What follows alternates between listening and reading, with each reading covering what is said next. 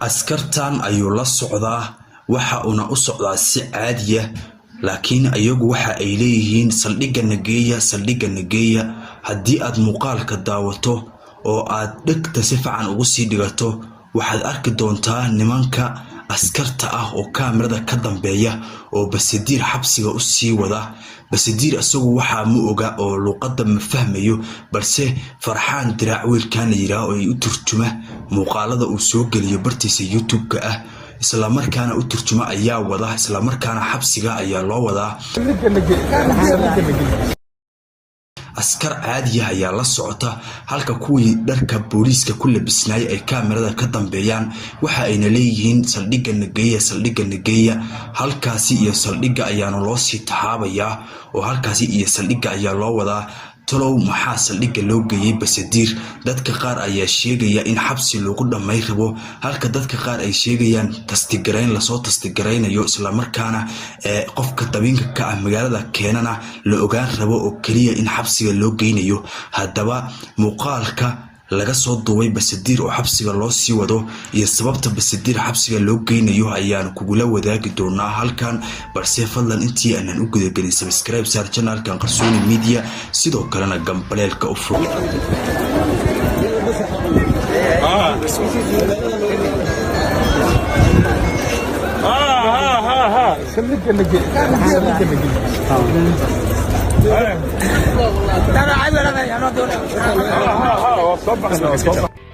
First time I'm coming to Somalia now. I'm coming to my friend Farhan Dib. I'm to Somalia today. Understand? After here, Farhan can tell you Mandalay.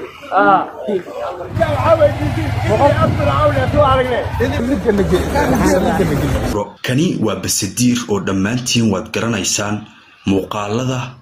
oo halkan soo galiyo bartiisa Facebook ayaa nala socotaan oo intiina badan ninkan waa aad garanaysaan Soomaaliya faaniskeyga badan ayaa jooga ayuu yiri mar laga wareysanayay BBC-da Soomaaliyana waan jecelahay ayuu yiri Soomaaliya mar waan imaan doonaa haddii qof aan helo qarashka iga bixiya ugu dambeyntii qarashkii waxa ka baxshay wiilka lagu magacaabo Farxaan Diraac oo gaalkacyo halkaasi ku sugnaay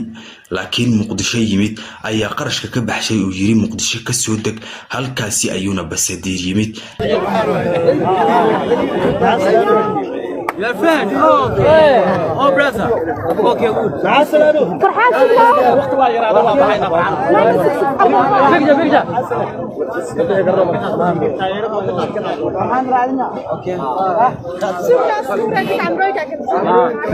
laba bari ka hor ayaan loo ololeynayay oo la dhahay Basadiir ayaa la soo dhaweynayaa halkaasi ayuuna muuqaal ka soo duugayay Tansaaniya wiilkan ayaa u dhashay Tansaaniya isla markaana majaajilista weyn waaye laakiin waxa uu ogaaday in inta badan faaniskiisu ay yihiin Soomaali isla markaana Soomaalidu ay aad u jecel yihiin waxa uuna ku hami jiray mar inuu Soomaaliya yimaado haddaba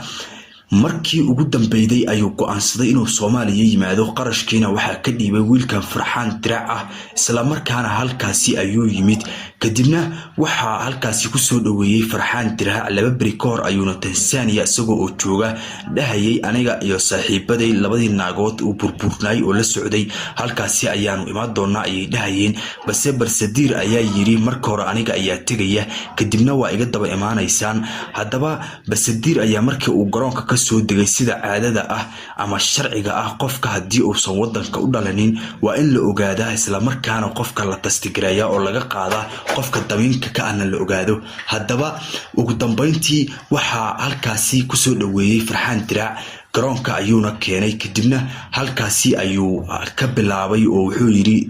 faaniskaaga waa kuwana dad badan ayaa sawir la soo galay halka dad booliis ay sawir la soo galayeen oo askarta Soomaaliya oo wardiyada airportka ay sawir la soo galayeen ugu dambeyntiina halkaasi ayaa laga soo waday balse muuqaalka la yaab kale ayaa waxa uu yahay muuqaalkan leeyahay geeya xabsiga ama saldhigga nageeya oo Basadiir halkaasi iyo saldhigga loo sii wado waliba waxa la soo duubay duubay asagoo gaari cabdibila dadka Soomaalida sida ay u yaqaanaan lagu sii gelinayo oo gaari cabdibila salka loo soo dhigayo hadaba Basadir miyaa la xiraya oo xabsiga miyaa lagu dhameynaya mise waa la tasdiiqreynaya oo kaliya waxa la ogaanaya qofka keenay magaalada maadaama booliisku aysan waxa shaqo ku lahayn oo kaliya shaqadoodu ay tahay qofkii wadanka soo gala in ay ogaadaan isla markaana ay qofka damiinka ka ah ay ogaadaan ninkan ayaa Soomaaliya u dhalan oo Tansaaniya ay u dhashay waxa ayna askartu ku qasban yihiin in stationka geeyaan isla markaana ay ogaadaan qofka damiinka ka ah si oo wadanka markaasi u sii joogo